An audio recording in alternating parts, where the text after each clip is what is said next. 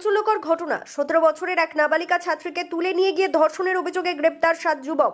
ঘটনা পুরুলিয়া শহরের কেতিকা এলাকার। অভিযোগ, গত শুক্রবার পুরুলিয়ার কেতিকা এলাকার 7 জন যুবক নাবালিকা মেয়েকে তুলে নিয়ে গিয়ে ধর্ষণ করে।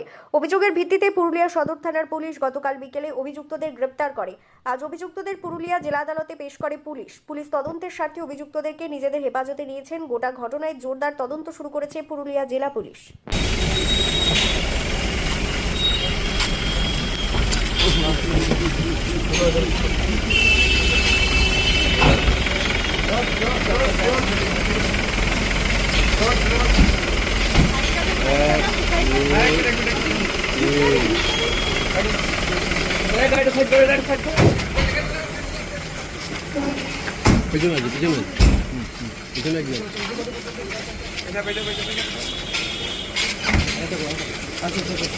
যাওয়ার দরকার নেই।